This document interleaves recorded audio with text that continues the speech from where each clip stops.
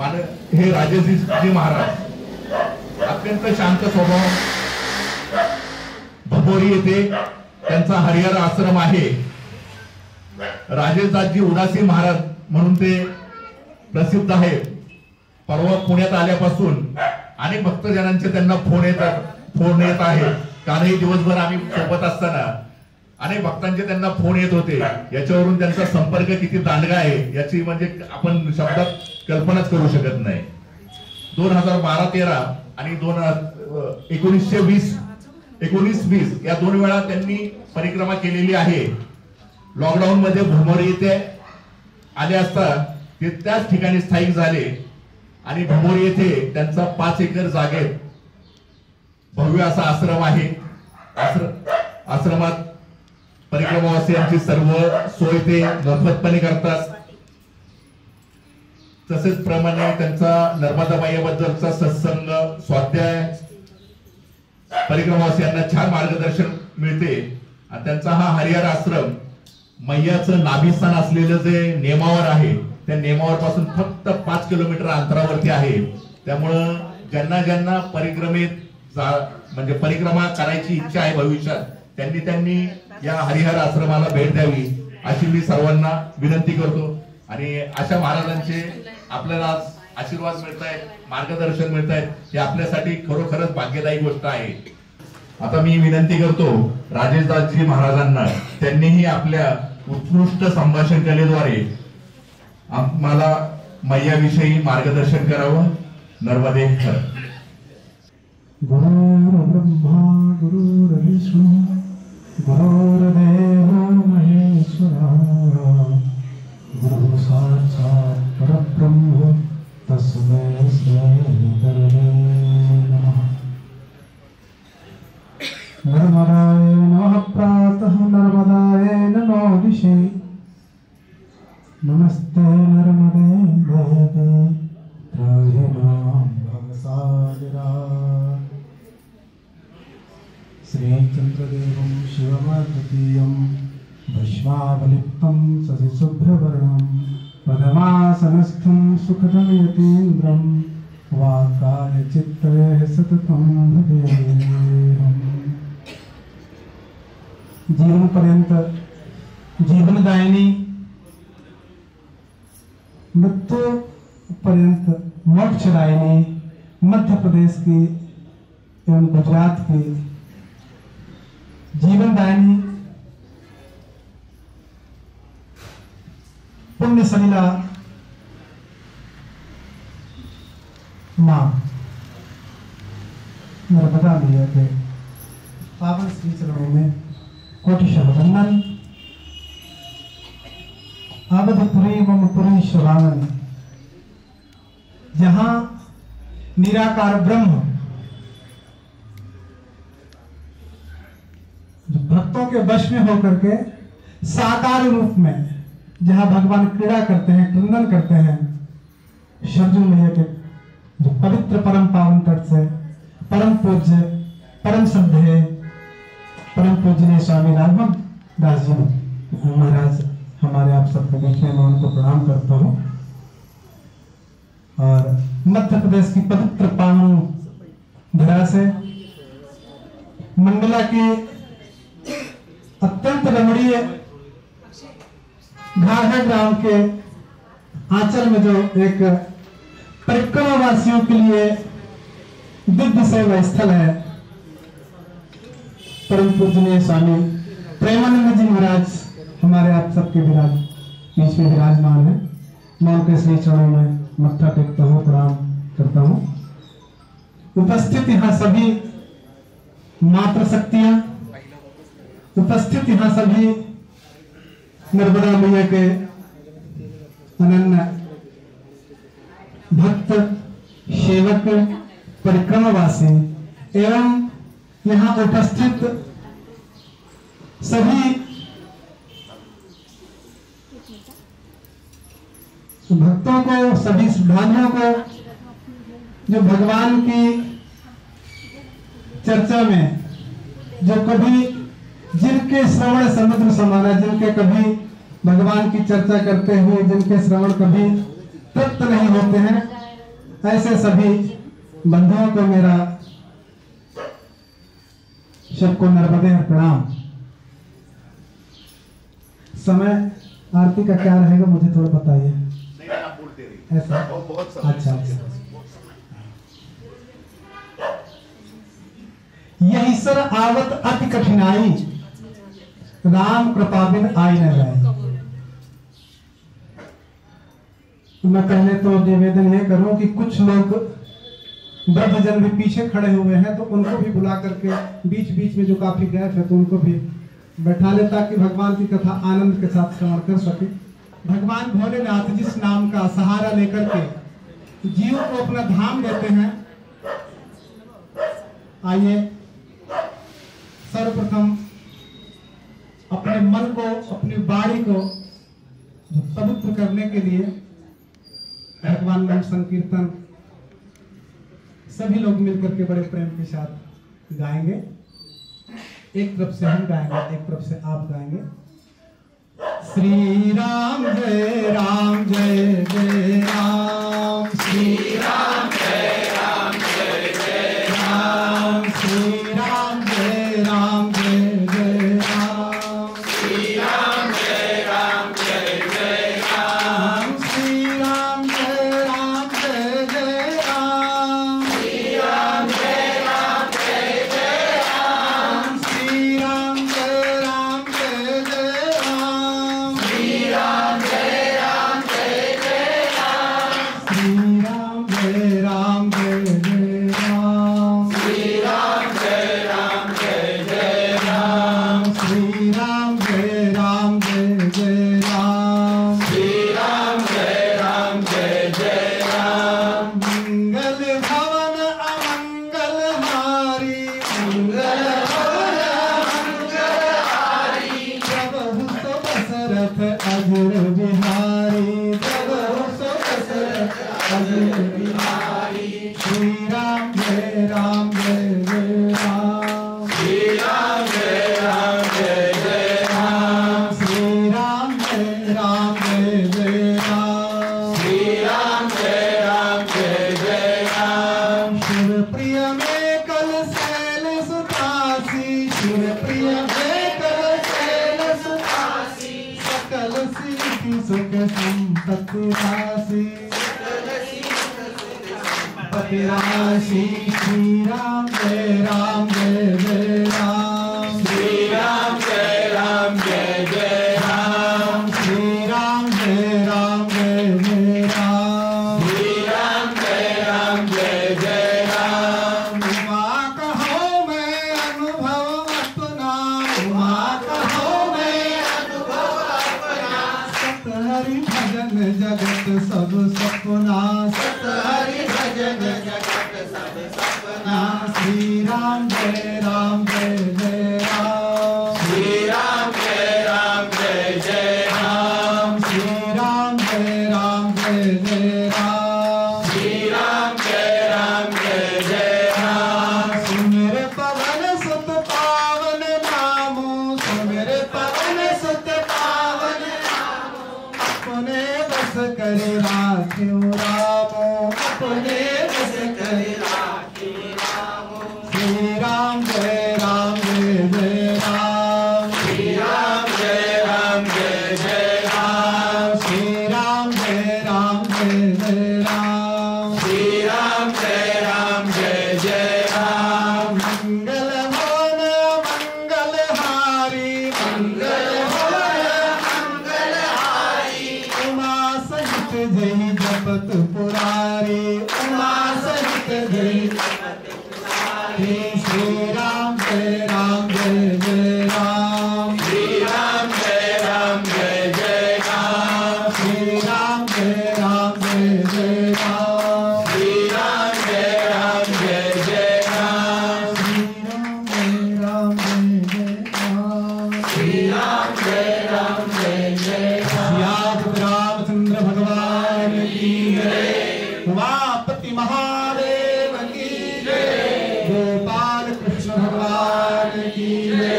हनुमान जी महाराज की जय, नर्मदा मैया की जय, मैया की जय, अन्नपूर्णा महारानी की जय, जगत जननी महामाया जगदम्बा महारानी की जय, श्री नर्मदेश्वर भगवान की जय, श्री नित्तेश्वर भगवान की जय, द्वादश ज्योतिर्लिंग भगवान की जय, भारत भूमि की जय, नगर बस्ती की जय, सब संतन हरि भक्तन की जय, आज के आनंद की जय, शिव नमः पार्वती पतये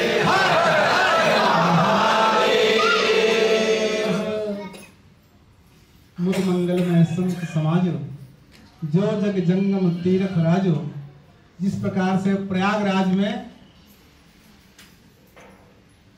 तीनों सरिताओं का संगम होता है और उस संगम में डुबकी लगाने के लिए भारत ही नहीं संपूर्ण विश्व उमड़ पड़ता है, ऐसे ही आज मुझे ऐसा लग रहा है कि छोटे से प्रांगण में इतना बड़ा यह सब अपना अपना भाव लिए जो हमारे दिनेश जी के यहाँ सब लोग उपस्थित हुए हैं। ये संतों का जो पावन चरित्र, संतों का पावन चरित्र भारत गौरव की ख्याति है। इसमें अवगाहन करते ही मन भ्रांति सभी मिट जाती है।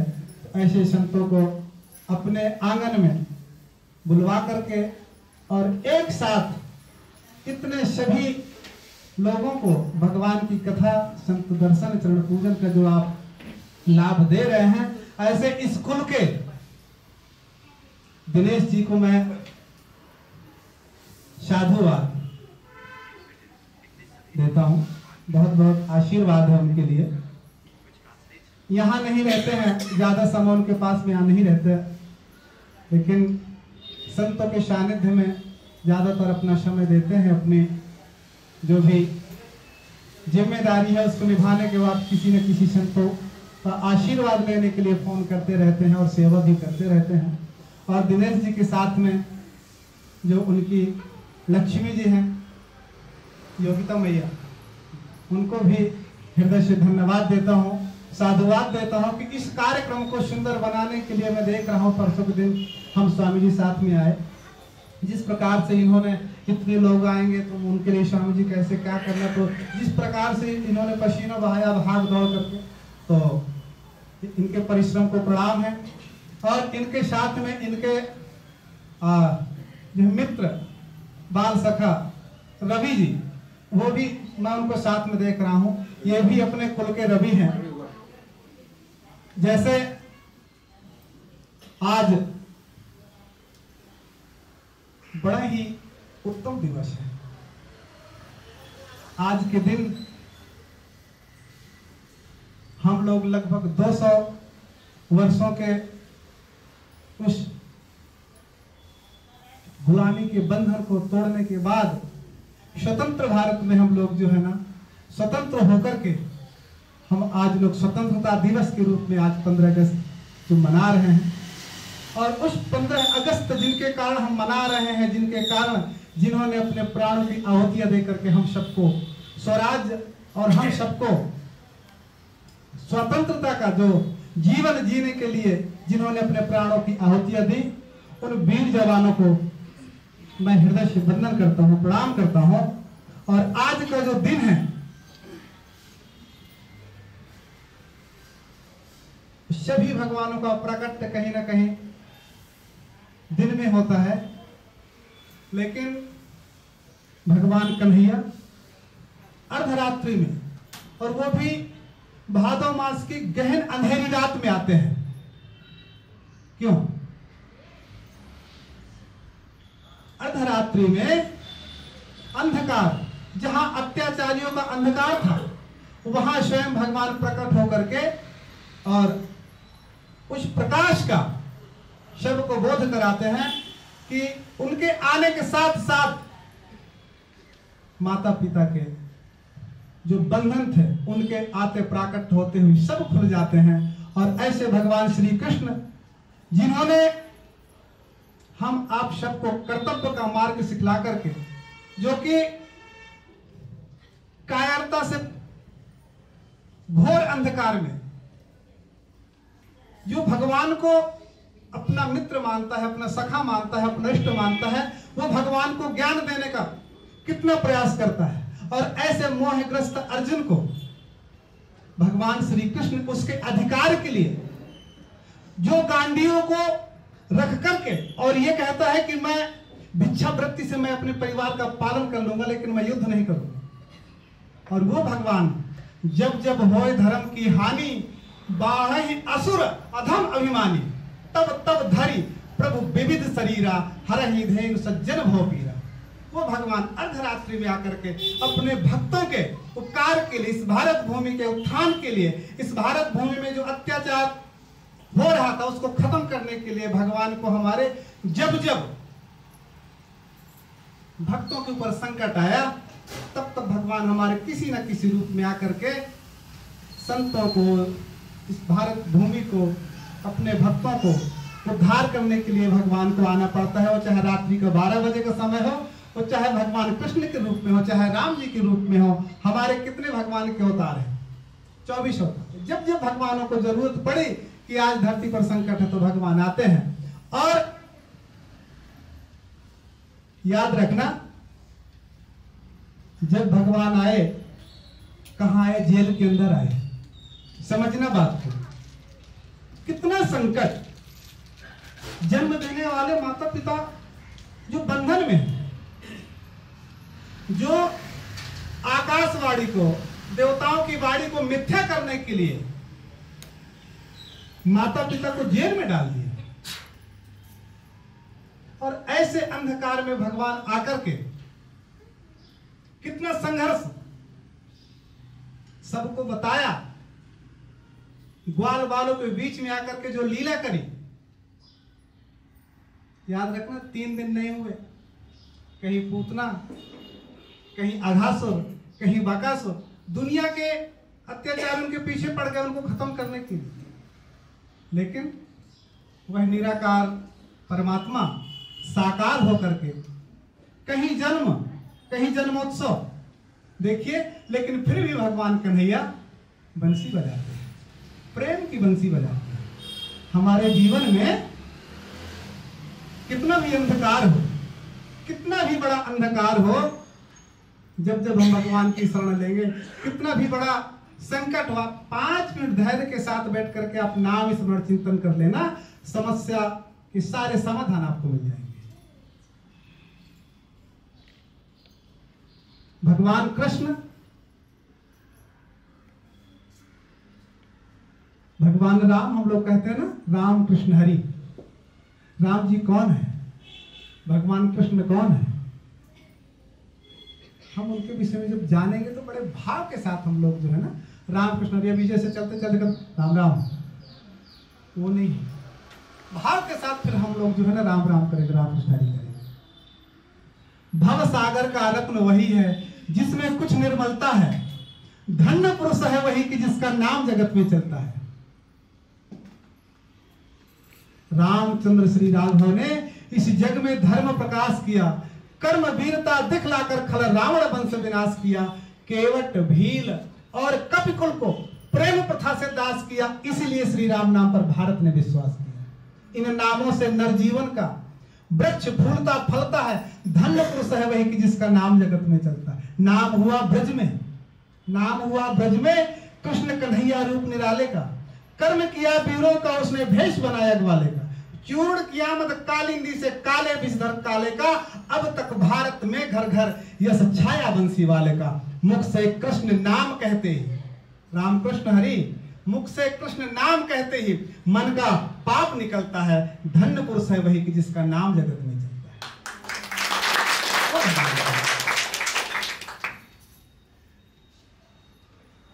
यह शरीर हमारे पूर्वजों के कुछ पुण्य प्रताप इस शरीर के ऊपर ऐसे पड़े कि कक्षा 5 की पढ़ाई के बाद जन्मभूमि से 7 किलोमीटर की दूरी पर जहां इंटर कॉलेज था, वहां जाने के लिए साइकिल से जाया करते थे स्वामी जी। और जन्मभूमि के और स्कूल के बीच में एक हनुमान जी महाराज का बड़ा सुंदर स्थान, वहां बड़े अच्छे महापुरुष रहा करते थे, नहीं है। साइकिल से जाए तो साथ में और भी हमसे सीनियर बच्चे, जाते समय जल्दी से वहां पे साइकिल खड़ी करें, और उनको देख करके हम भी, वहां पे हैंड पंप लगा था, जल्दी से जल से अपना आचमन करें और हनुमान जी महाराज उनका दर्शन करके, और स्वामी जी वहां अपनी सेवा में कहीं भी व्यस्त होते, चाहे गौों की सेवा करते, कहीं झाड़ू बुहारू करते, तुरंत वो सेवा छोड़ करके और तुरंत मंदिर में आते और हमको लड्डू प्रसाद देते और टीका लगाते, जिसके बाद में तिलक चंदन करके फिर लौटते। स्कूल से जब लौट के आते तो फिर थोड़ा फुर्सत रहता, थोड़ा समय रहता, फिर आकर के महाराज जी को विधिवत दंडवत करें, फिर महाराज जी हमको बैठाएं, फिर उसके बाद में जो है ना धीरे धीरे थोड़ी थोड़ी हमको सेवा बताते रहे। हनुमान जी महाराज के ऊपर हमारी कोई श्रद्धा नहीं, हनुमान जी के विषय में हम कुछ नहीं जानते थे, आस्था क्या होती है कहीं कुछ भी पता नहीं। लड्डू के कारण आप लोग जाएं तो आप लोगों को जो है ना थोड़ा सा कुछ ऐसा प्रसाद दिया करते थे, लेकिन विद्यार्थियों से, बच्चों से स्वामी जी इतना स्नेह प्रेम रखते थे कि मंगलवार को, शनिवार को जो भी उनके पास में प्रसाद आता तो लड्डू विद्यार्थियों के लिए, बच्चों के लिए लड्डू बचा करके रखते और हमको लड्डू खिलाते स्वामी जी। स्वामी जी का प्रयागराज में कल्पवास था, स्वामी जी वहां चले गए और जो दूसरे स्वामी जी थे हम स्कूल से आए, उन्होंने हमको अपने पास रख लिया कि स्वामी जी नहीं है, थोड़ी सेवा करनी होगी। कक्षा 6वीं की बात है और हम झाड़ू बुहारू करने लायक थे, सीख गए थे, स्वामी जी ने हमको सिखा रखा था।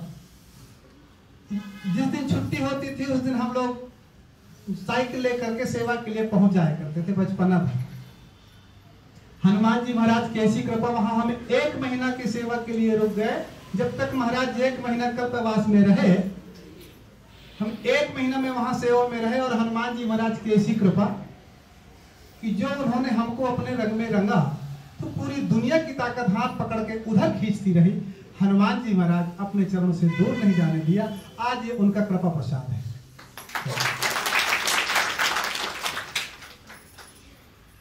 इसके बाद फिर गुरुदेव भगवान का सानिध्य, उनकी सेवा, 6वीं क्लास के बाद में गौओं की सेवा, आश्रम की सेवा, संतों की सेवा, आने जाने वाले भक्तों की सेवा में रहे।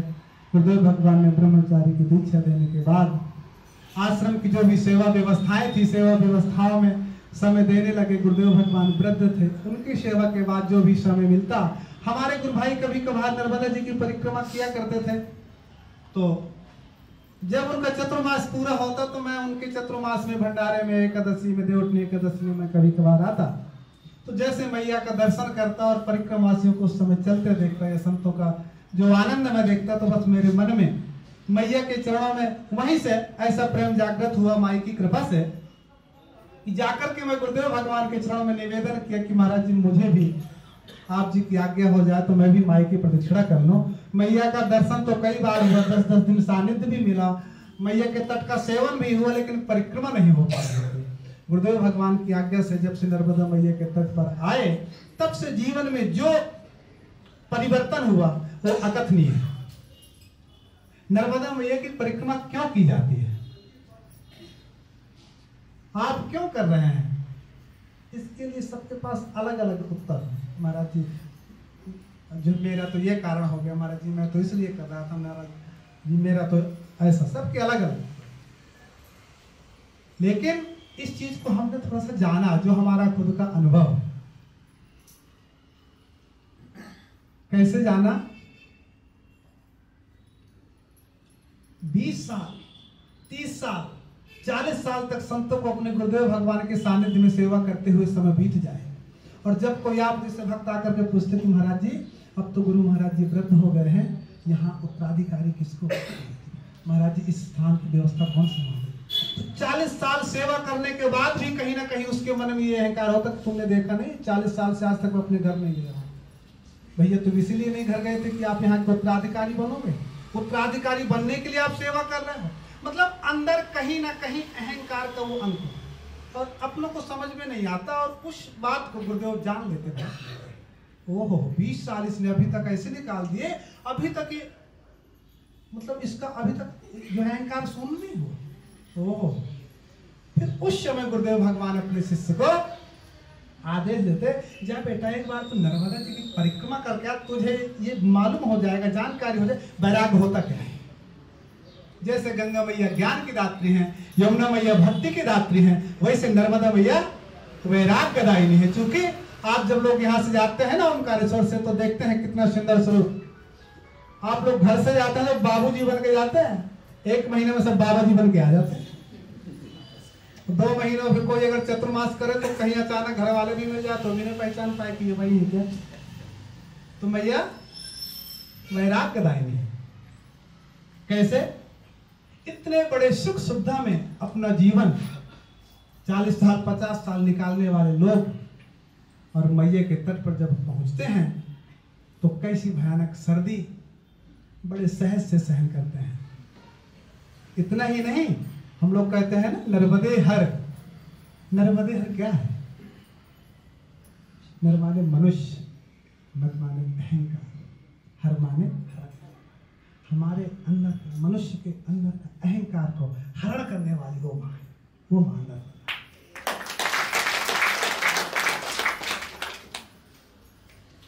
नर्मदा मैया की परिक्रमा करते हुए आप सबके जीवन में ऐसे बहुत ढेर सारे जो है जीवन में आपको अनुभव मिले होंगे, जो अनुभव यहाँ 60 साल में नहीं मिलता। गारंटी है 15 दिन में वो मैया आपको अनुभव दे दे। फिर आपको कहीं ना कहीं लगता होगा कि अगर ये परिक्रमा हम लोग और कहीं पहले कर लेते तो और आनंद लेते, जीवन जीने का हमको और रस आता। नर्मदा मैया आत्मनिर्भर तो बनाए देती हैं, लेकिन माई के तट पर आपने एक चीज और देखी होगी। एक एक गांव से कई कई समाज के लोग जो कि साथ में गांव में बैठ करके कभी भोजन प्रसाद ही नहीं करते हैं, उनके लिए अलग व्यवस्था होती है। लेकिन नर्मदा मैया के तट पर जो सौहार्द देखने को मिलता है, और वो सौहार्द रामचरितमानस में मां शबरी का एक बड़ा सुंदर प्रसंग आता है। तो निराकार है ना, बिन पग चले सुने बिन काना, कर बिन कर्म करे विधि नाना, आनंद रहित सकल रस भोगी, बिन बाड़ी बक्ता पड़ जोगी। वह निराकार ब्रह्म अपने भक्तों के लिए, संतों के लिए साकार रूप में, राम रूप में आकर के जिस समय वनवास में जाते हैं, और वो वनवास स्वीकार इसीलिए करते हैं कि हजारों हजार वर्ष से ऋषि मुनि उनके दर्शन की आशा में तप कर रहे थे। अभी हम लोग गा रहे थे ना, मंगल भवन अमंगल हारी द्रवहु सो दशरथ। दशरथ जी कौन है? आप कल्पना करिए, उनके रघुकुल में अनेक राजा हुए, एक से एक महाप्रतापी राजा हुए, और ऐसे राजा हुए राजा भागीरथ जिन्होंने गंगा जी को स्वयं जो पृथ्वी पर लेके आए, और राजा दशरथ जी सब साक्षात ब्रह्म को अपना बेटा बना करके अपने गोद में खिलाए। मानस में गोस्वामी तुलसीदास महाराज जी उनकी वंदना करते हैं, बंदो अवध भुआल सत्य प्रेम जी राम पर, बिछुरत दीन दयाल प्रिय तन तन इव परिहरि। 27 वर्ष राजा दशरथ जी भगवान के साथ, और भगवान के चरणों में उनका इतना प्रेम, बिछुरत दीन दयाल प्रिय तन तन इव परिहरि। भगवान के वनवास जाते ही अपने इस प्यारे शरीर को ऐसे तिनके के समान ऐसे त्याग दिया। वो प्रेम, और वो प्रेम कहां देखने को मिलता है? वह प्रेम मानस के अंदर भ्रातृत्व का भाव, कभी मन में भाई के प्रति थोड़ा सा भी शंका हो, थोड़ा सा भी कुछ भावना जो है निगेटिव हो, थोड़ा सा राम जी को और भरत चरित्र जी का थोड़ा सा जो है आप उनका संवाद थोड़ा सा जो है ना चिंतन कर लेना। इस पृथ्वी पर सबसे बड़े सिंहासन, सबसे बड़े साम्राज्य की स्थापना, सबसे बड़े चक्रवर्ती सम्राट महाराज दशरथ जी की पुण्यभूमि अयोध्या की गद्दी के लिए दोनों भाई जो है स्वीकार नहीं कर रहे हैं। क्यों? पिताजी की ये हमको मानस सिखाती है। आजकल के बालक ये बहुत जरूरी है उनको मानस का पाठ पढ़ाना। प्रात काल उठ के रघुनाथा, मात पिता गुरु नाम ही माता, गुरु ग्रह पढ़न गए रघुराई, अल्पकाल विद्या सभी पाई। भगवान राम जी सब जानते थे, लेकिन हमारे आपके सिखाने के लिए वो गुरुदेव के घर गए विद्या लेने के लिए। जब सुबेरे उठते हैं माता जी को प्रणाम करते हैं, पिताजी को प्रणाम करते हैं, गुरुदेव को प्रणाम करते हैं, और वही भगवान चित्रकूट में जाकर के सभी संत महापुरुषों को प्रणाम करके सबका आशीर्वाद लेकर के और मर्यादा पुरुषोत्तम श्री राम बनने की राह को प्रशस्त करते हैं। शबरी मां सवर्ण जात की थी, भीलनी थी। अधम ते अधम अधम अति नारी, तेहिमा मैं मत मन्य गमार। मेरे कहने का जो भाव है आप उसको थोड़ा सा जरा समझने का प्रयास ये करें कि नर्मदा मैया हमको ऐसा सामंजस्य दिखाती है कि एक साथ पंगत में बैठ करके सभी लोग भोजन प्रसादी करेंगे। एक ही गांव से अन्य अन्य समाज के लोग आते हैं, वो सौभाग्य हमको मानस में देखने को मिलता है। और स्वयं भगवान उस रास्ते पर चल करके हम आप सबको सिखाए हैं, बताए हैं।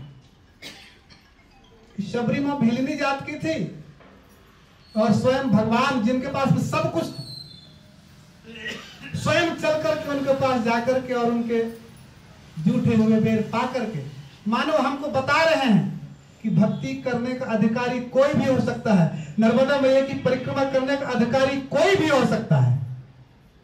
और भगवान राम ने जो सामंजस्य समाज में जो उन्होंने स्थापित किया, तो रामायण के माध्यम से हम नर्मदा मैया के तट पर इस चीज को देखने के लिए परिक्रमा एक सबसे बड़ा सुंदर एक उदाहरण है कि जहां 80-80 वर्ष के संत आप लोगों की सेवा के लिए आश्रम बना करके अपना भजन जब तक आप लोगों की सेवा को ही सब कुछ समझते हैं। नर्मदा तट के ऐसे ऐसे महापुरुष हैं जो कि आप लोगों की सेवा करके अपना जीवन धन्य करते हैं। तो नर्मदा मैया आपको भारत के किसी भी तीर्थ के लिए कहीं जाना हो तो आपको सोचना पड़ेगा कि रुकेंगे कहाँ, खाएंगे क्या, कुछ तो व्यवस्था लेकर के चलनी चाहिए, सोएंगे कहाँ, ये सब कितने दिन के लिए जाना है, इतने दिन का इंतजाम। माई का एक ऐसा तट है कि आप यहां से कुछ भी लेकर के मत जाना। सेवा आपको हर घाट घाट पर, चाहे राम की हरिहर, बाल भोग राम की हरिहर, पंगत राम की हरिहर, हर घाट घाट पर आप लोगों की सेवा के लिए स्थान बने हुए हैं। और इतना ही नहीं, आप परिक्रमा करने के बाद जब आएंगे तो मैया आपको इतना कुछ दे देंगी कि आप मैया के दिए हुए प्रसाद से आप यहाँ कन्या भोजन भी कर सकते हैं ओंकारेश्वर में आकर। इतना मैया सब कुछ आपको।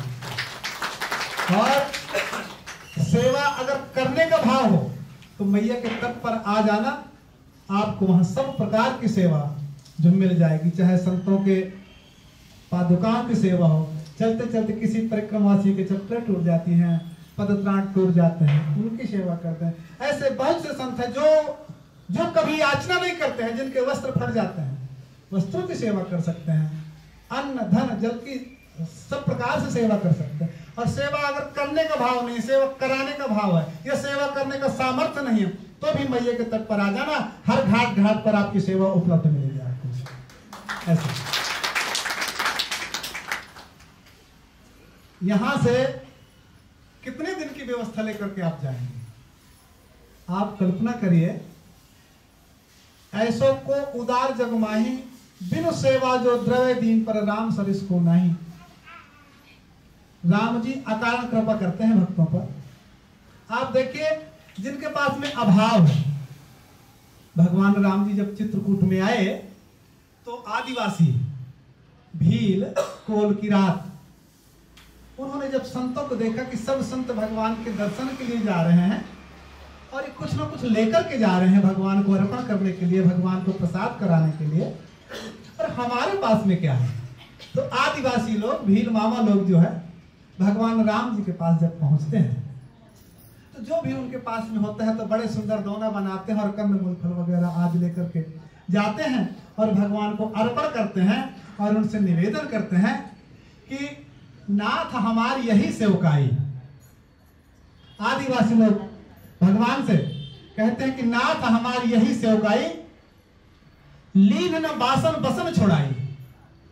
आप हमारी यही छोटी सी सेवा स्वीकार करना कि आपका सामान यहाँ सुरक्षित है, नहीं तो हम लोग एक नंबर के चोर हैं महाराज, यहाँ शाम होते ही यहाँ सब कुछ लोगों का छिन जाता है। तो भगवान उनकी ऐसी मधुर प्रेम भरी वाणी सुन करके जो भगवान प्रसन्न हो गए। और वो सूर्यपाणी का क्षेत्र इस स्वतंत्र भारत में आज भी, अब तो 30-40 किलोमीटर गुजरात की भी तरफ से, गोरा कॉलोनी की तरफ से और मध्य प्रदेश बड़वानी की तरफ से भी रोड बन गया है। कल्पना कर 2011-12 में जब हमने देखा, बहुत सी माइयों को हमने उस समय भी कटी वस्त्र में देखा। जब माइयों को प्रसव पीड़ा हो तो जैसे आप लोग अंतिम यात्रा निकालते हैं ना, 4 लोग पालकी बनाते हैं किसी डॉक्टर के पास ले जाने के लिए माई को, वैसे जो है ना पालकी बनाते और 4 लोग कंधे पर लेकर के जाते हैं। 24 घंटे के बाद, 3 दिन के बाद कहीं डॉक्टर के पास पहुंच पाते, और वो भी बिना डिग्री का डॉक्टर। आप एक बार कल्पना करें, किसी महापुरुष ने, किसी शंकराचार्य महाराज ने, किसी मुरारी बापू ने, किसी बड़े से बड़े कथाकार ने, आपने कभी सुना कि सूर्यपाणी झाड़ी के अंदर आज वहां कथा हो रही है, आज वहां सत्संग हो रहा है, सूर्यपाणी झाड़ी के अंदर आज फलाने महापुरुष ने अपना दिव्य आश्रम बना करके आदिवासियों को शिक्षा देने का, भोजन, वो काम किसने किया? सूर्यपाणी के झाड़ी के अंदर से जिस समय आप जैसे महाराष्ट्र के जब लोग गए और उन्होंने आदिवासियों के अभाव को समझा, तो उनके अभाव को परिपूर्ण करके जो छीनने वाले थे, आज आपने उनको सेवा करने वाले बना दिया। आज वो सबकी सेवा कर रहे हैं, उसके लिए आप सबको धन्यवाद। आदिवासी इसलिए कि हमने, हमारे समाज में जो एक परंपरा है ना 10वां अंश देने की, आप लोग एक बार जरा कल्पना करिए कि हम लोगों को मिला कितना और हम लोग देते कितना है, समझिए। कितना ढेर सारा मिला है हमको पहले से, थोड़ा सा कहीं दे देते हैं और उसके बाद भी अपना नाम लिखवा देते हैं, और उसने आपको इतना सब कुछ दिया है, उसका नाम कहीं आपको लिखा हुआ कहीं नजर आता है? अरे ये श्वास उसकी, ये क्षण उसके, ये सब कुछ उसका। हमारी एक बार ऐसी स्थिति आती है कि जिसको हम अपना कहते हैं ना, अपना हाथ, छोटा सा कोई एक ऐसा कीटाणु आता है, वायरस, और अपना हाथ अपने से ही नहीं उठता, अपनी जबान, अपनी वाणी नहीं निकल पाती, और हम लोग किसी प्रकार का कुछ भी नहीं सामर्थ्य है। लेकिन एक चीज तो है, इतना सब कुछ कूट कूट करके भरा हुआ है जो झुकने नहीं देता। क्या है तुम्हारे? एक बार हनुमान जी महाराज से थोड़ा जरा सीखिए, नर्मदा मैया की परिक्रमा करके सीखिए। जिनको स्वयं सेवा की जरूरत है वही लोग आप लोगों की सेवा के लिए, संतजन 5-5 रुपए, 10-10 रुपए, 100-100 रुपए इकट्ठा करके उनके पास जो कुछ भी दान दक्षिणा का रुपया जो कुछ भी आता है, आप लोगों के लिए, सेवा के लिए अन्य क्षेत्र में लगाते हैं। और लोग महाराष्ट्र के और मध्य प्रदेश के परिक्रमा वासियों में मैंने थोड़ा अंतर देखा। महाराष्ट्र के 99% लोग, ध्यान देना इस पर, समझदारी से काम लेते हैं। कैसा? आश्रम की तो पवित्रता को भी ध्यान रखते हैं, धूम्रपान व्यसन से मुक्त है, और दूसरी बात, मध्य प्रदेश के उनके बीच में हमको बहुत जो काम करना पड़ता है, बहुत मेहनत करनी पड़ती है। व्यक्ति आएंगे, झोले रखेंगे, सबसे पहले जेब में हाथ डालेंगे और वो निकालेंगे। कहाँ बैठे हैं जरा सा भी ध्यान नहीं है, ज्ञान नहीं है, आते आते तुरंत बीड़ी और तम्बाकू सब कुछ। साबुन हमसे मांगेंगे, निरमा हमसे मांगेंगे, 30 रुपए का बंडल सुबह से शाम तक वो खत्म कर देते। अब हम लोग जिनको जो महात्मा कहते हैं, ऐसे बहुत से महात्मा भविष्य में आते हैं परिक्रमवासी, हमारे ही सामने 200 रुपए गांजे की पुड़िया 2 फूंक में धुआं उड़ा के रख देते हैं, और जो हमने जो साफ सफाई करके रखे ऊपर से कचरा वहां डाल, महाराज जी नर्मदा निकल बता। और हम लोग उनके चाय शक्कर उनके लिए निवेदन करके हम लोग जो है ना उनको चाय जो भोजन की व्यवस्था करते हैं, और हमारे सामने वो लोग 50 रुपए का सब करते हैं। शाम के समय हम आश्रम में,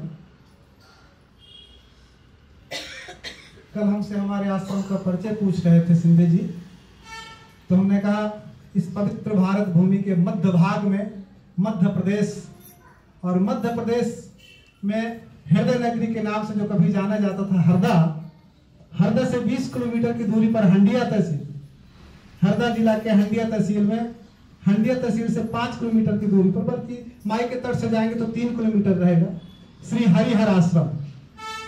वहां जो परिक्रमावासी, चूंकि जो परिक्रमा का जो माई के तट का जो पैदल मार्ग है, मार्ग के ठीक सामने ही अपने आश्रम का गेट पड़ता है, और वहां पर बोर्ड लगा, तो किसी से पूछने की जरूरत नहीं, दाएं बाएं कहीं मुड़ना ही नहीं। आप आएंगे तो 500 मीटर की दूरी से बोर्ड भी दिखेगा, और सीधे आश्रम का सीधे गेट। और कोरोना काल में भी कभी बंद नहीं, हमेशा खुले ही रहा ऐसा।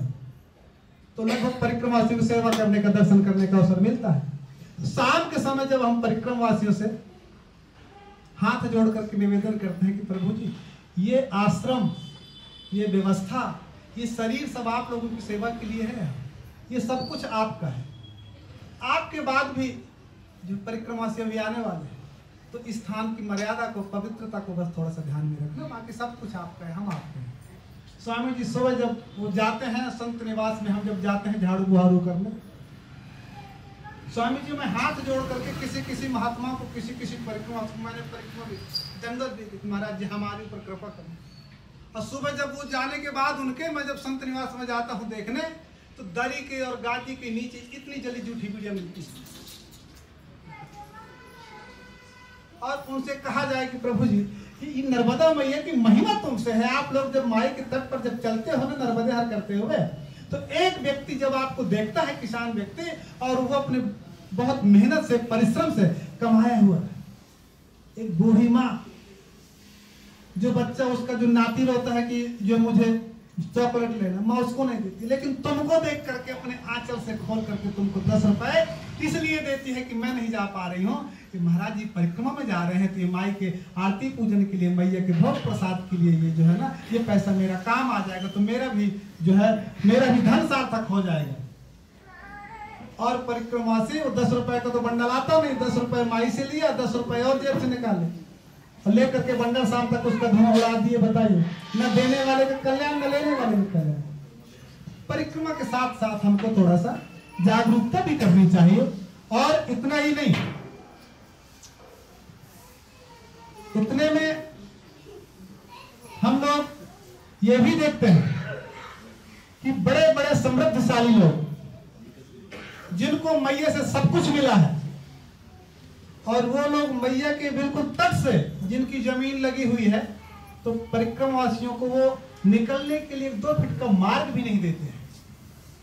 ऐसे ऐसे भी लोग। लेकिन जब आप सूल पानी की झाड़ी में जाते हैं, तो देखते हैं कि उनके लिए खुद का कितना अभाव है। ये हमारी भारत भूमि है, समझना, उनके लिए खुद का कितना अभाव है। उनके पास मात्र 1 कुटी है, और उसी कुटी में संतों को भी, उसी कुटी में माइयों को भी, उसी कुटी में आपको भी, और उसी कुटी में वो उनका पूरा परिवार, उनके छोटे छोटे बच्चे, एक ही कुटी में। और उनके जो कुछ भी पास में होगा, सबसे पहले आपको परिक्रमा से खिलाने के बाद में फिर सब घर वाले बैठ करके साथ में भोजन। जिनके पास में कुछ भी नहीं, जो समझिए, तो इस प्रकार से जो है ना नर्मदा मैया के तट पर जाने से एक तो हम लोगों का अहंकार खत्म हो जाना चाहिए, दूसरी बात सेवा करने का जो भाव है वो हमारा जागृत हो जाना चाहिए। हम लोग किस प्रकार की सेवा कर सकते हैं? तन से सेवा कर सकते हैं, धन से सेवा कर सकते, लेकिन मन से सेवा करने से तो कुछ होगा नहीं। अब आप कहिए कि मेरा मन तो ऐसा है, लेकिन ऐसा कहने अकेले से थोड़ा काम हो जाएगा। तो वहाँ मन की सेवा नहीं है, वहाँ तन की सेवा है। और पवित्र भाव के साथ जो है ना भगवान का जो इतना सब कुछ दिया हुआ है उसमें से हम थोड़ा सा, अभी हमको जरूरत पड़ जाए कि परिक्रमवासियों की सेवा के लिए हमको एक ऐसी चीज की व्यवस्था करनी है, तो हो सकता है कि उसमें 10 दिन लगे। लेकिन दूसरी तरफ अगर दूसरे लोगों को जरूरत पड़ जाए कि आज इस पूरे गांव को खरीदना है, 1 मिनट में पूरे गांव को खरीद लेनी है। क्यों? हमारे जैसे चिल्लाते नहीं है कि 10 मांस देने की परंपरा। देखिए ना, 10-10 हजार, 20-20 हजार, 50-50 हजार वो लोग जो सहज में ऐसे दे देते हैं, और लोगों को पूरा परिवार का परिवार अपने बस में कर लेते हैं। देखा होगा क्यों? क्योंकि उन लोगों को हमने अपने कभी पास नहीं, कभी हमने उनको कभी बैठने नहीं। अगर हम लोग शादी संबंध विवाह करते हैं तो उनके लिए भोजन की एक तो व्यवस्था करते नहीं, और अगर करते हैं तो उनको, और वो लोग उनको ले जाकर के अपने स्थान पे अपने साथ में सुंदर सा बढ़िया सा भोजन कराते हैं, उनको कपड़े देते हैं, उनको पैसा देते हैं, उनके घर बनाने के लिए उनको पैसा देते हैं, 20,000, 25-50 हजार उनको दे देते हैं। वो उनके लिए और बोलते हैं कि जिस पीढ़ी से तुम जिन लोगों से तुम्हारी 7 पीढ़ियां जुड़ी रही, उन लोगों ने आपके लिए क्या किया। और ये सही बात है, उन लोगों के लिए हमने क्या किया, और वो हमारे लोग, अपने लोग बड़े सहज में ही अपने से दूर हो रहे हैं। याद रखिए, हम लोग घटेंगे तो एक रहेंगे तो नेक रहेंगे, सेव रहेंगे। इस प्रकार से हम लोगों को नर्मदा माई की परिक्रमा करते करते जागृति भी लानी है। जागृति भी आनी चाहिए, चेतना भी आनी चाहिए, संगठित भी होना चाहिए। क्योंकि आज 15 अगस्त है, मुझे थोड़ी सी घटना याद आ रही है, आपको बता रहा हूं, याद करें। शायद जो है 2 दिन के अंदर जन्मों जन्मों की संपत्ति 2 दिन के अंदर सब उनकी होगी। एक ठेला कबाड़ बेचने वाला लड़का 1 दिन में जो करोड़पति हो जाता है, कल्पना करिए जरा। ये सब कुछ क्या है? हमारे ही सामने हम जब इतने ढेर सारे थे और वो इतने से थे, और हमारे ही सामने वो सभी मंदिर तोड़ते गए, और उस समय हम सब लोग कहाँ थे? क्या हो जब वो इतने से थोड़े से थे और हमारे ही सामने, हमारे ही बीच में, और हम सब लोग देखते रहे। क्यों? एक नहीं थे हम। नर्मदा मैया के तट पर जाइए, वहां सौहार्द का वातावरण करिए। जैसे एक 10 एकड़ का खेत होता है और एक किसान उस खेत में फसल बोने के लिए बीच में मेड़ डालता है कि इस खेत में चने बोएंगे, इतने हिस्से में सरसों बोएंगे, इतने हिस्से में गेहूं बोएंगे। ऐसे हम सब, आप सभी लोग, सभी इस भारत भूमि के लोग हैं। क्या महाराष्ट्र, क्या मध्य प्रदेश, हमारा राष्ट्र सब, हम सब एक बगिए के फूल हैं। ये मन से द्वेष भाव, राग द्वेष तुमसे बिल्कुल हट जाना चाहिए। नहीं तो माई की परिक्रमा, हम कहते हैं आप 7 नहीं 70 परिक्रमा कर लो, क्या बेनिफिट? हमारा अहंकार नहीं गया, समरसता का भाव नहीं आया, सेवा का भाव नहीं आया, हम लोगों की परिक्रमा करने से मिलेगा? एक परिक्रमावासी आकर के अपने आचार से, अपने व्यवहार से ऐसा पुष्प खिलाया करके अपने रिश्तेदारों के बीच, अपने मोहल्ले पड़ोसियों के बीच में, कि उस परिक्रमावासियों के आचरण व्यवहार से लोगों को पता लगे कि यार ये परिक्रमा पहले तो कितना उदंड था, अब इसका भाव कितना निर्मल, कितना पवित्र हो गया। तो आपकी चर्चा हो, आपके मात, आपको देख करके 10 लोग और जो है ना, लोगों को प्रेरणा मिले और मैया के तट पर जाएं और अपनी संस्कृति को पहचाने। अपनी संस्कृति को पहचान करके अपना समय सार्थक नहीं, अपना जो भी शेष समय बचा है उस समय को सार्थक करे। और समय को सार्थक करने के साथ साथ सेवा करके, कहते हैं तन पवित्र सेवा किए, धन पवित्र किए दान, और मन पवित्र सुमिरन किए, त्रिविध होय कल्याण। तो तीनों प्रकार से आप सेवा करने के माध्यम से तीनों प्रकार के तापों को आप हटा सकते हैं, दूर कर सकते हैं। लोगों को मृत्यु से बहुत भय लगती है, बहुत भय लगता है। क्यों मृत्यु से भय क्यों लगता है? जब विद्यार्थी होमवर्क पूरा नहीं करेगा तो डरेगा वो, है? कारण उसने होमवर्क पूरा नहीं किया। जो आप एक बार कल्पना करिए कि मनुष्य शरीर हमारा किस लिए आया था। जब नर्तन तुम्हें निरोग मिला, हम लोग जब इधर आए थे तो न कोई डायबिटीज था, न कोई शुगर था, न कोई काम क्रोध लोभ मोह कहीं कुछ भी नहीं था। ध्यान से सुनना, जब नर्तन तुम्हें निरोग मिला, शुभ संगति का भी योग मिला। हम लोग जब इस धरती पे आए तो हमारी सेवा के लिए सुंदर हमारे माता पिता थे। जब आप आए थे तो ये लेके नहीं आए, अपने आने के पहले भगवान ने व्यवस्था करी। जन्मत मरत दुसह दुख होई। हम लोग जब माँ के गर्भ में होते हैं तो अपनी इच्छा से अपना हाथ भी सीधा नहीं कर पाते, हम लोग अपनी इच्छा से अपनी गर्दन भी सीधी नहीं कर पाते। समझिए, वहां जो फिर भगवान की हम लोग जो प्रार्थना करते हैं, निवेदन करते हैं कि हे भगवान आप मुझे इस दुख से दूर करो और मैं आपका स्मरण चिंतन हमेशा करूंगा, कभी नहीं। जिस प्रकार से जीव के गर्भ में दुख सह करके जिस समय भगवान का वो याद करता है, वो चिंतन करता है। सूर्य पानी के झाड़ी में आप कल्पना करिए, जिस समय आप अकेले हो, अप्रैल मई का महीना हो, गर्मी के दिन हो, कमंडल का जल आपका थोड़ा सा बचा हो और वो भी बिल्कुल चाय के तरीके गर्म हो गया हो, और आप जाते जाते आप एक किसी ऐसे स्थान पर पहुंचते हैं जहां एक जैसे सेम 4-5 रास्ते होते हैं। कल्पना करना उस बात को, और वहां आपको प्यास भी लगी होती है, बिना पद त्राण के। क्योंकि मैंने बिना पत्राण के वो परिक्रमा की है, जिस प्रकार से मैं बता रहा हूं वो मेरा खुद का अनुभव है। और आप वहां जाते हैं, दोपहर होती है, कमंडल में जल भी थोड़ा सा होता है, बिना पत्राण के वहां तपती हुई भूमि होती है। छाया के लिए वहां कोई पत्तेदार, कोई छायादार कोई वृक्ष नहीं हो। बोलते ना सूर्य पानी की झाड़ी, कटीली झाड़ियां होती है, और गर्मी की दिनों में आप वहां तो आपको वहां एक पत्ती भी देखने को नहीं मिलेगी पेड़ों में। और उस समय, जिस समय आपको वहां मार्ग पूछने की जरूरत होती है और आप देखते हो उस समय आपको वहां कोई मार्ग बताने वाला नहीं होता है, फिर आप क्या करते हो? फिर आपके मन में संशय आता है कि अगर इस रास्ते से जाता हूं कहीं भटक ना जाऊं, फिर मुझे पानी भी कहीं नहीं मिलेगा, फिर मेरा। और उस समय आप थक करके बैठ जाते हैं उसी कटीले पेड़ की छाया में, जहां छाया है भी नहीं, लेकिन फिर भी आप थोड़ी देर के लिए मन को संतोष करने के लिए आप बैठ जाते हैं। और फिर आप वहां जो चिंतन करते हैं, माई का जो आप स्मरण करते हैं, माई का जो आप याद करते हैं, वहां समझिए कि अब वहां आपके और माई के अलावा फिर वहां कौन है मुझे बताइए? वहां तुम्हारे रिश्तेदार आएंगे, वहां तुम्हारे सगे संबंधी काम आएंगे, वहां कौन काम आएगा? वहां उस समय सिवा माँ के कोई नहीं होता है।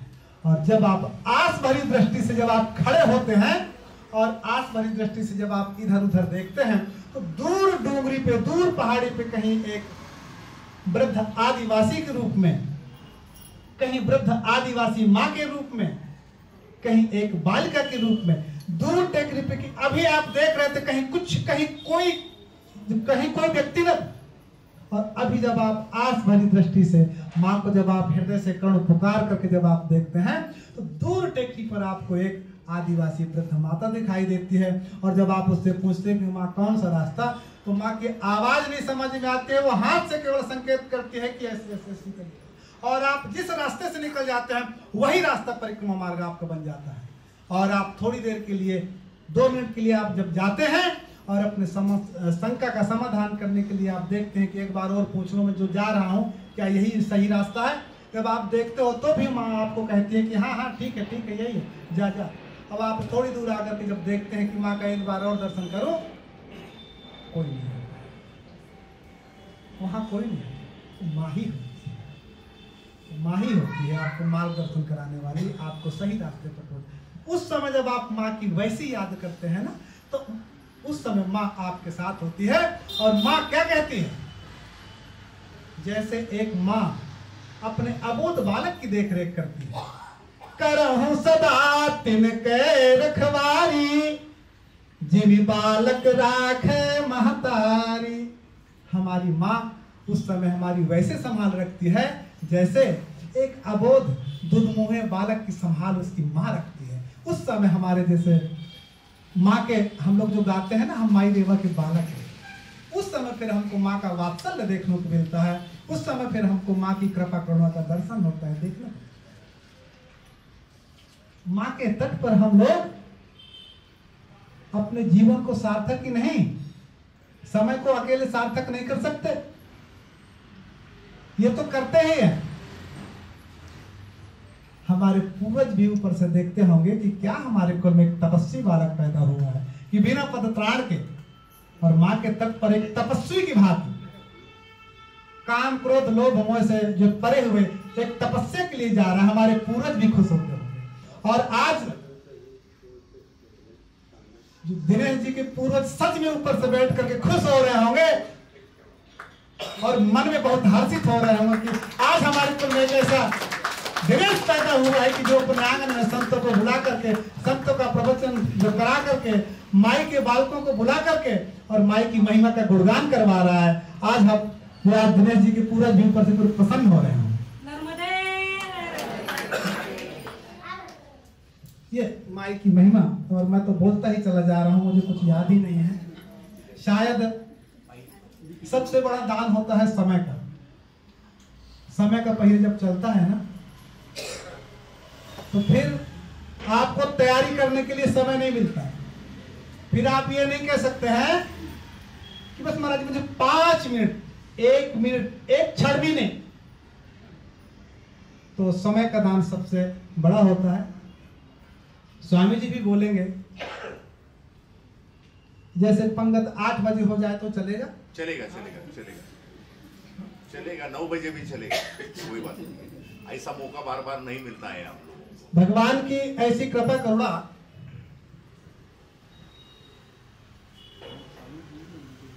बचपन से आश्रमों की सेवा करते करते जब मैया के तट पर आए, मैया के तट का एक बहुत बड़ा फायदा है रहने का। आप हजारों लाखों रुपए पैसा इकट्ठा करके आप उन महापुरुषों को खोजने जाओ, शायद आपको न मिले। लेकिन मैया का एक ऐसा तट है कि आप एक जगह सेवा करने के बहाने से मात्र बैठ जाइए।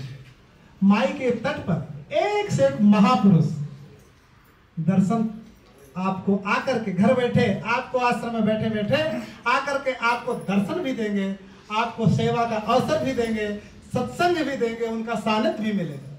माई के तट की महिमा है, आपको कहीं जाने की जरूरत नहीं। और मेरे जीवन का एक बहुत बड़ा अनुभव है, मैं आपको बताऊं। कुछ नहीं तो सेवा क्या होती है। अभी आज भी हम लोग सेवा करते हैं ना, तो हम लोग कहते हैं कि हाँ जो परिक्रमा क्या कि हम लोग सेवा करते हैं। सच में सेवा क्या होती है? सेवा का ढंग ही मालूम नहीं। बस किसी तरीके से काम चल रहा है, काम चलाऊ सरकार है, किसी तरीके से सेवा का वो चल रहा है। सेवा कैसे होती है? सबसे सेवक धर्म कठोर, सिर धरी जाओ उचित असबो। जब राम जी चित्रकूट गए, राम जी को मनाने के लिए भरत जी भी उसी मार्ग से प्रयागराज में भरद्वाज जी के आश्रम में रुके। राम जी भी रुके। जब भरत जी आए तो भरद्वाज जी से पूछा कि भैया मेरे विषय में क्या कह रहे थे, क्या सोच रहे थे?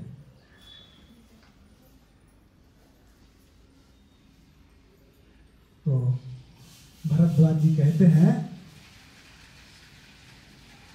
कि आपके चिंतन में राम जी रात भर नहीं सोए।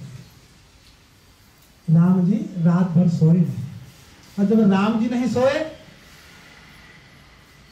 तो उनकी धर्मपत्नी, उनकी भार्या, वो कैसे सोच सकती है? सेवा का थोड़ा जरा भाव समझना, सेवा होती क्या है। और लक्ष्मण जी तो सेवा के लिए ही गए थे ना, लक्ष्मण जी कैसे सोच सकते हैं? तो भरत जी के चिंतन में भरद्वाज जी कहते हैं कि आपका चिंतन करते हुए मैंने देखा तीनों लोग आपके नाम का स्मरण करते हैं। जब जब भी भगवान राम आपके नाम का स्मरण करें, मैंने देखा है उनके आंखों से आंसुओं की धारा बह जाती थी। और आप कहते हैं कि भैया मेरे विषय में क्या सोच रहे होंगे? कहते हैं, भरद्वाज जी कहते हैं, जग जप राम राम जप जेहि, भरत सरिस को राम सनेहि। सारा संसार किसका चिंतन करता है? सारा संसार किसके नाम की माला जपता है? हजारों हजार वर्ष से ऋषि मुनि माला जपते हैं, किनके नाम की? भगवान राम के नाम। और वह राम अपने छोटे भाई भरत जी की याद में रात्रि भर सोया नहीं, वो भरत जी के नाम का स्मरण करता है, वह राम।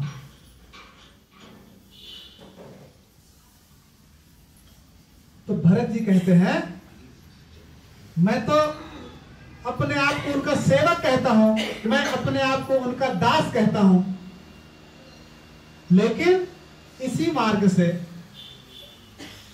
वो बिना पद प्राण के गए हैं और मुझे भी जाना है। सेवा का जरा भाव देखना।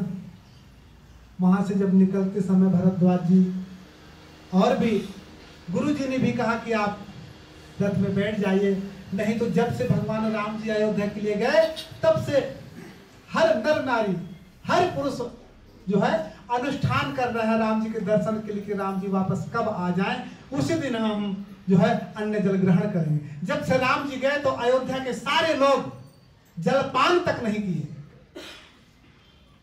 भोजन की बात कौन करे? तो सबके शरीर कसकाए हो गए, चलने का सामर्थ्य नहीं था। वृद्ध वृद्ध, क्योंकि गुरु माँ भी थी, अरुंधति माँ वगैरह सब थी, वशिष्ठ जी वगैरह सभी थे, शरीर कसकाए हो गए थे। अन्न जल कुछ भी नहीं लिया था अयोध्या वासियों ने, और वो पैदल जा रहे। उनकी स्थिति देख करके भरद्वाज जी ने भरत जी से निवेदन किया कि भरत जी, अगर आप पैदल जाएंगे तो ये सभी लोग कोई भी रथ को स्वीकार नहीं करेंगे, कोई भी वाहन में नहीं बैठेंगे, इसलिए इनको सुनिए, इनकी यात्रा चित्रकूट तक आराम से कैसे हो जाए, ये अपने अपने वाहन में बैठे, इसलिए आपको थोड़ी दूर के लिए तो बैठना पड़ेगा। और भरद्वाज जी के निवेदन करने पर जब भरत जी रथ के पास पहुंचे तो भरत जी की आंखों से आंसू आ गए कि उनके लिए ये कंकड़ कांटों भरा मार्ग और मेरे लिए ये रथ, कि मेरे लिए घोड़े, ये मेरे लिए वाहन, और मैं अपने आप को उनका सेवक कहता हूं, मैं अपने आप को उनका दास कहता हूं। ये गुफा का प्रचलन कब से चला?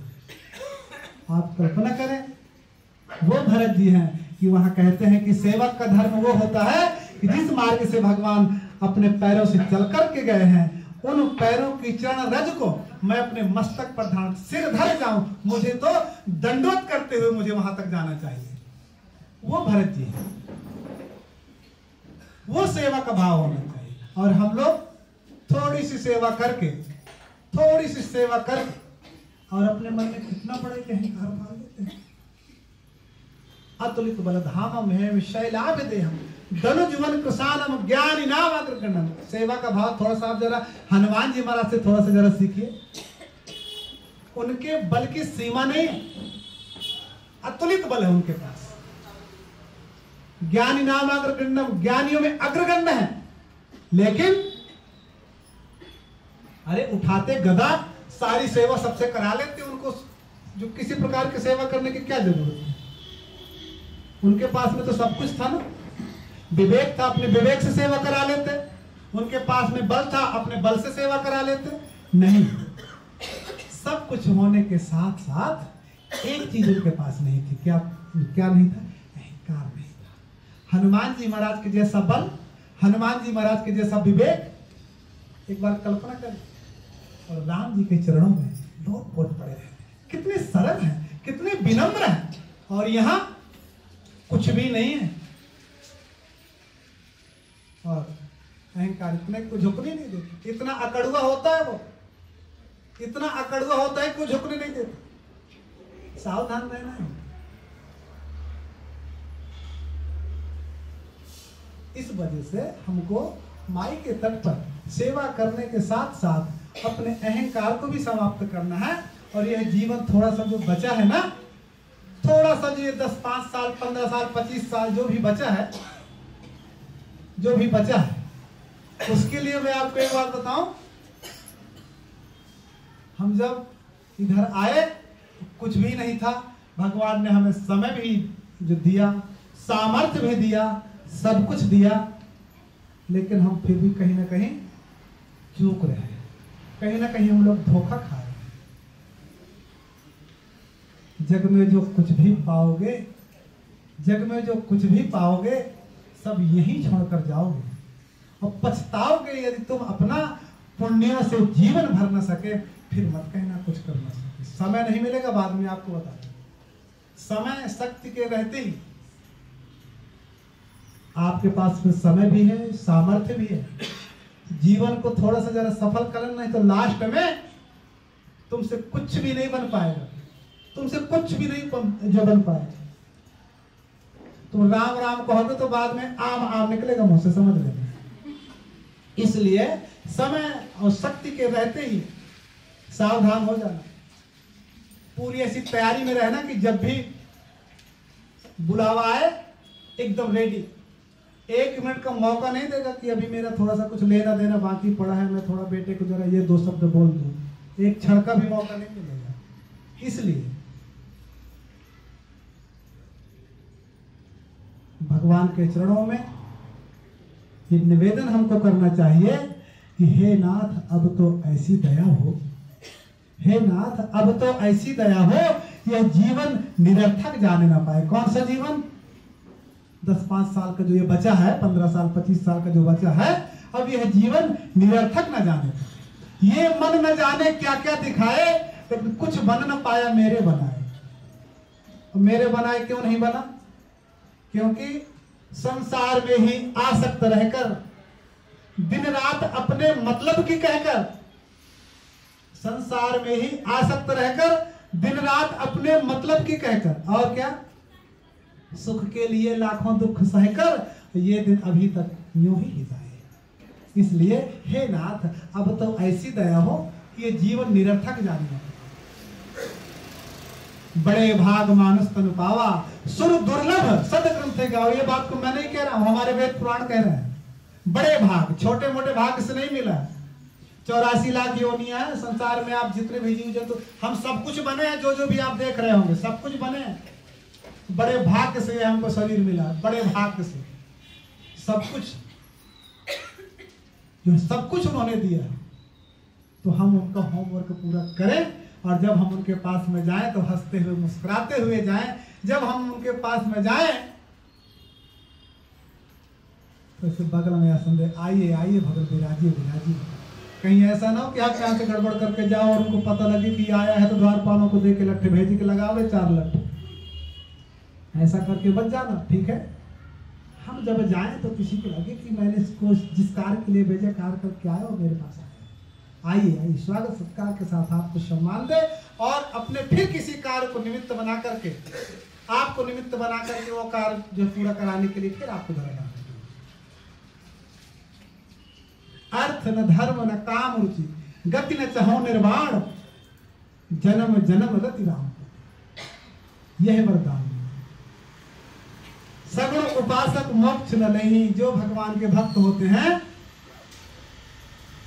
वह मोक्ष नहीं चाहते हैं। क्यों?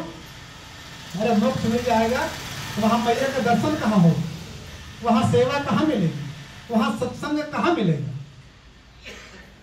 इस प्रकार से जो है हम लोग उन महापुरुषों से, मैया के तट पर एक से एक महापुरुष हुए, उन महापुरुषों से हम लोग सीख ले मैया के तट पर जाकर के जैसे संत सियाराम महाराज जी लेने के लिए मात्र 10 रुपए, मात्र लेने के लिए 10 रुपए और देने के लिए करोड़ों, देने के लिए करोड़ रुपए। 2.5 करोड़ मुआवजा मिला था। 1 रुपए नांगलवाड़ी गांव में जाकर के नाग देवता का मंदिर बनाने के लिए पूरे 2.5 करोड़। श्री राम जन्मभूमि मंदिर के लिए 21 लाख रुपए सीधी श्री राम बाबा लेने के लिए मात्र 10 रुपए। आजीवन वस्त्र के नाम पर इस शरीर में मात्र एक कॉपी, एक लंगोटी, सर्दी हो गर्मी हो बरसात, अद्भुत महिमा। जैसे आप नर्मदा जी में या किसी सरोवर में तालाब में आप स्नान करने के लिए जाएं और आपके शरीर पर एक ठो कोई जल का जीव चाहे मछली हो कोई भी आकर के आपको अगर टच करता है तो आपको कितना डर लगता है। सियाराम बाबा जी के जो है दोनों पैरों में घाव थे। घाव कैसे थे? 12 वर्ष जो सियाराम महाराज जी ने खड़ेश्वरी तपस्या की, खड़े खड़े, और 12 वर्ष मौन भी रहे। उनके 3-3, 4-4 अनुष्ठान एक साथ 12 वर्ष तक चले। तेली भटियान में आए, कहां से आए, किस तरफ से आए, कहां उनकी जन्मभूमि, कहां उनका परिवार, कहां उनका कुल, कहां उनका गोत्र, कुछ भी आज तक किसी को मालूम नहीं। भजन करे कोई सूरमा, जात वर्ण कुल खो। हम लोग जब भगवान के हो जाते हैं तो हमारा पिछला जो भी होता है सब कुछ छूट जाता है और साधु को सारा कुछ छोड़ने का अभ्यास बड़ा तगड़ा होता है। आप लोगों से छुड़ाया जाएगा, आप लोग छोड़ेंगे नहीं, आप लोगों से छुड़ाया जाएगा, याद रखो। और साधु क्षण भर में सब कुछ छोड़ने के लिए तैयार है, क्षण भर में। अरे देखते देखते बाल्यावस्था छूट गई, देखते देखते जवानी छूट गई, देखते देखते ये भी छूट जाएगा, सगे संबंधी छूट गए, कुल गोत्र सारा सब कुछ छूट गया। सियाराम महाराज जी आए, तेली भटियान गांव का नाम ही सुनिए, और गए होंगे कितना उबड़ खाबड़ गांव। और सियाराम बाबू जी आए, 12 वर्ष वहां पर खड़ेश्वरी और मौन साधना की। और सियाराम महाराज जी का मौन व्रत जब पूरा हुआ और पहला जो शब्द निकला वो सिया, और तब से उनका नाम पड़ गया सियाराम। आज तक सियाराम महाराज जी का दूसरा नाम किसी ने नहीं दिया और वो सियाराम। देखिए अभी की बात, अभी की, शरीर पूरा होने के पहले कितने बीमार थे, हॉस्पिटल में क्या बोलते हैं उसको, आईसीयू वगैरह और क्या क्या बोलते हैं, उससे वापस आ, उनके जाने का समय नहीं। मानो जैसे आपने सुना होगा महाभारत के भीष्म पितामह इच्छा मोक्षदा एकादशी के दिन ब्रह्म मुहूर्त में सुबह 5 अपनी इच्छा से शरीर का त्याग करना है। ऐसे नर्मदा मैया, ये हमारी भारत भूमि जो है ना, संत की भूमि, राम की भूमि है, कृष्ण की भूमि है। कल हम लोग महाराज जी के सानिध्य में दिनेश भैया सब लोग हमको लेकर गए, महापुरुषों की समाधियों का दर्शन किया, महापुरुषों के चरित्रों का विषय देखा सुना। ये हमारी ऐसी पवित्र भारत भूमि जहां 16 वर्ष की 21 वर्ष की अवस्था में सदैव जो भगवान क्या है, ये हमारी ऐसी पवित्र भारत भूमि है। हनुमान जी महाराज आपको बंदर के रूप में दिखते हो, उनको बंदर समझने की भूल मत करना। नर्मदा मैया आपको नदी के रूप में दिखती हैं, लेकिन अकेले नदी नहीं है। जो भी संत महापुरुष नर्मदा मैया के तट पर आप लोगों की सेवा के लिए दिखें, शायद उनको मैया ने आप लोगों की सेवा के लिए निमित्त बना करके उनको अपनी गोद में आश्रय दिया है, अपने तप का सेवन करने के लिए दिया है। ये 3 साल 3 महीना 13 दिन की परिक्रमा का विधान क्यों है? इसलिए कि ज्यादा से ज्यादा दिन मैया के तट का सेवन। जैसे किसी बालक को 2 महीने का ट्यूशन लगा हो और किसी बालक को 1 साल का ट्यूशन लगा हो, 2 महीने में क्या आएगा? इसलिए आप 3 महीने में 4 दिन में परिक्रमा करके आप आ जाएंगे। उतने में आप कितना ढेर सारा अनुभव लेकर के आएंगे। और जो लोग, जो महापुरुष 3 साल 3 महीने 13 दिन का अनुष्ठान और व्रत मैया के तट पर करेंगे, उनके 3 तो चतुर्मास होंगे। इतने वर्ष, इतने दिन मैया के तट पर रहेंगे तो मैया का जो प्रभाव है ना, वैराग्यदायी है। तो उनका वैराग्य कितना पुष्ट होगा। साधु का आभूषण क्या होता है? साधु का आभूषण होता है वैराग्य। साधु अपने वैराग्य को पुष्ट करने के लिए मैया के तट का सेवन करते हैं। और आप लोगों को सबको इसलिए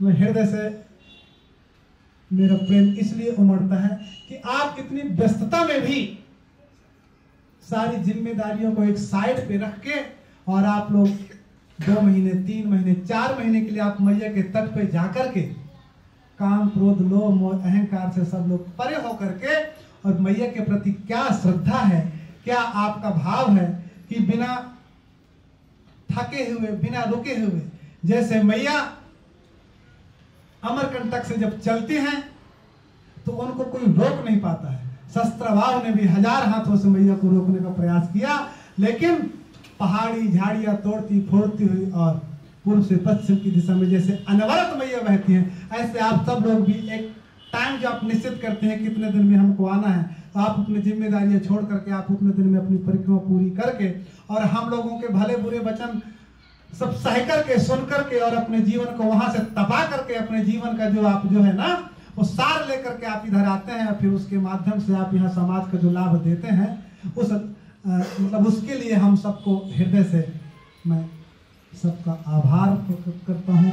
सबको नर्मदा मैया की ऐसी कृपा करुणा सबके ऊपर निरंतर हमेशा बनी रहे। और इन्हीं शब्दों के साथ अपनी वाणी को विराम। जय सिया राम। अब जो भी मुझसे बोलने में त्रुटि हुई हो, बोलने को बहुत कुछ था, कहने को बहुत कुछ था, समय की एक अपनी मर्यादा है। और हमारे सिंधी जी ने भी खूब समय जो लेकर के स्वामी जी के स्थान की जो महिमा बताई वंदनीय है।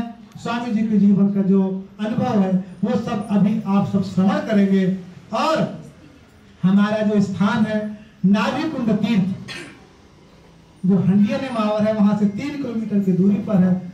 जब कभी किसी व्यक्ति का पंचकोशी परिक्रमा, ऐसा कहते हैं कि बड़ी परिक्रमा करने के लिए जिनके पास में समय ना हो वह उत्तर वाहिनी या पंचकोशी परिक्रमा अगर कर ले तो उनको बड़ी परिक्रमा का पुण्य फल मिल जाता है। अब जैसे शरीर में सामर्थ्य नहीं है और आपको लगे कि महाराज जी बड़ी परिक्रमा कैसे करें, तो उसके लिए मैया ने एक विकल्प दिया है।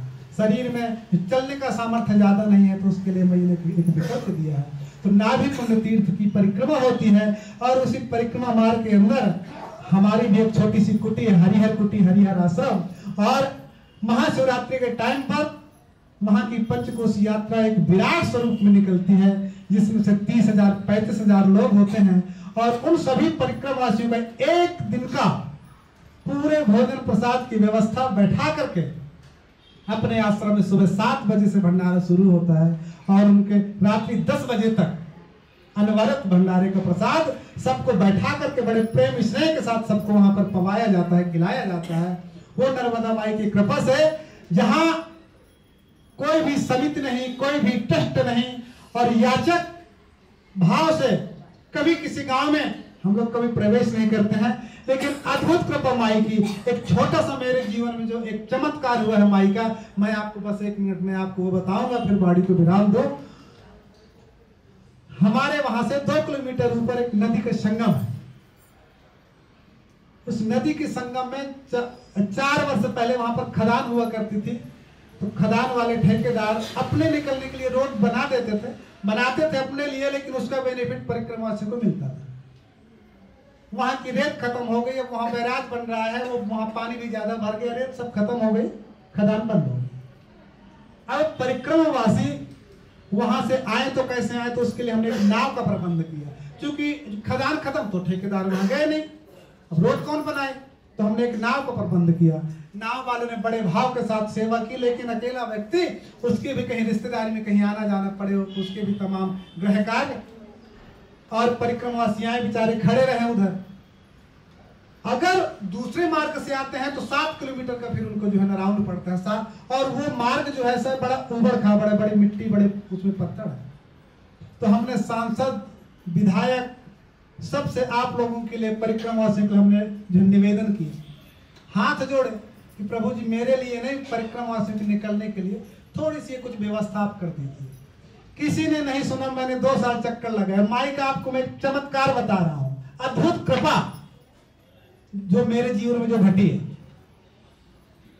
हमने दान दक्षिणा का पैसा इकट्ठा किया, एक पीपे का और इंगल का हमने एक पुल बनाया और परिक्रमवासी उस पुल के माध्यम से 7 किलोमीटर का राउंड न दे करके जो यात्रा 3 घंटे की थी, 2 घंटे की थी, वो यात्रा आधा घंटा के अंदर, 1 घंटे के अंदर बिना किसी जो परिश्रम के हो जाए सहज मिला और परिक्रमवासियों को उसका लाभ मिला।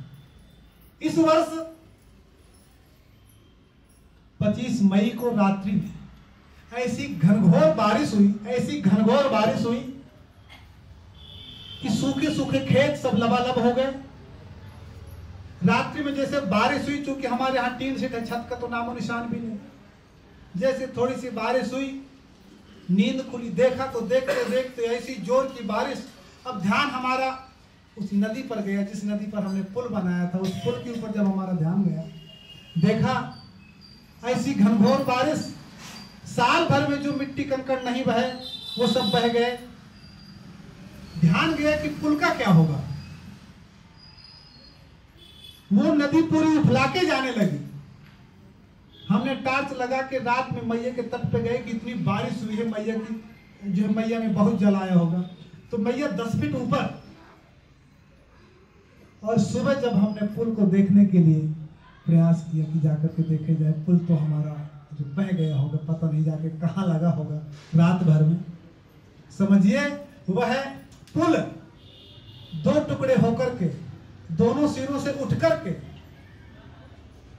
वो 2 भागों में बट गया और दोनों भाग जाकर के मैया के बीच में जाकर के लगे। और वहां सुबह जाकर के जब देखा तो पुल के दोनों हिस्से वहां पर चक्कर काट रहे थे। मैया में जो भी सारी वस्तुएं, पेड़ पौधे, कंकड़, जो भी पत्ते वत्ते सब इतनी स्पीड से बह रहे थे, लेकिन एक ऐसा चमत्कार कि वह पुल के दोनों हिस्से वहां पर केवल चक्कर काट और बीच मैया में जहां पर रुकने का कोई सवाल ही नहीं, वहां पर हमने बोट भेज करके वो पुल के दोनों हिस्से बुलवाए, ट्रैक्टर में लदवा करके उनको वापस आश्रम में रखा। फिर वहां हमको माई की कृपा का अनुभव ये मिला कि मेरे दान दक्षिणा का पैसा था ये। हम सब माई रेवा के बालक हैं, ये मैया के बालकों का एक व्यवस्था है उनकी, मैया उनकी व्यवस्था को कैसे बढ़ा सकती है। वहां पर माई की कृपा करुणा का हमको अनुभव हुआ कि बीच धार में जहां रुकने कोई सवाल ही नहीं, वहां पर वो पुल के दोनों हिस्से ऐसे उतरा रहे हैं मानो जैसे हमारी प्रतीक्षा कर रहे हो कि आप कब आइए और हमको निकालिए। अगले वर्ष हम परिक्रमवासियों के चरणों हमारे ऊपर आएंगे, अगले साल आप हमको फिर पवित्र करना। जैसे राम जन्मभूमि का हर एक कंकड़, हर एक वहां की रज, जब राम जी चित्रकूट आए तो एक हाथी वहां की धूली उठा करके अपने पीठ पे डाले, तो रहीमदास जी और जो है गोस्वामी तुलसीदास महाराज जी थे, तो गोस्वामी तुलसीदास महाराज जी ने पूछा कि यह जो है ये हाथी धूल उठा करके अपने पीठ में क्यों डालता है। तो रहीमदास जी कहते हैं कि धूल उड़ावत गज फिरत कह रहीम कही काज। गोस्वामी तुलसीदास जी पूछते हैं कि रहीमदास जी ये हाथी धूल उठा करके पीठ के ऊपर क्यों डालता है। तो रहीमदास जी कहते हैं कि जे रज से ऋषि पत्नी तरी तेही ढूंढत गजराज। जिस रज से, राम जी के जिस रज से अहिल्या का उद्धार हो गया, ये हाथी उस रज को खोज रहा है कि कहीं वो रज मुझे मिल जाए और मेरा उद्धार हो जाए। शायद वो पुल के दोनों हिस्से उस समय हमारी प्रतीक्षा में थे कि हम कहीं जाएंगे नहीं, आप हमको यहाँ से फिर लगा देना, फिर परिक्रमवासियों महापुरुषों का चरण हमारे ऊपर पड़ेगा और हमारा यह जो निराकार है वो भी हमारा साकार हो जाएगा और हम ये कुछ सेवाकार में आ जाएंगे। इस वजह से वो माई की कृपा का हमको दर्शन हुआ कि पेड़ पत्ते तो चाहते ही है कि हम किस प्रकार से सेवा करें, लेकिन जिस प्रकार से निराकार भगवान साकार होकर के आ जाते हैं, वह निर्जीव वस्तु भी सोचती है। जिस समय सीता मैया वनवास के लिए जा रही थी तो उनके पग के घुंघरू भी सोच रहे थे कि माँ हमको अपने जो चरणों से हमको दूर मत। इस प्रकार से जो है ना मैया के तट का एक कड़कड़ जब संतों के महापुरुषों के चरण जब उस पर जान जो पढ़ते हैं तो वह कड़ पवित्र हो जाता है, धन्य हो जाता है, अपने भाग्य की सराहना करता है। इस प्रकार से जो है ना मैया के तट पर हर कंकर शंकर है। क्यों? स्वयं में प्रतिष्ठित है नर्मदा मैया के ऊपर भगवान शिव की ऐसी कृपा है।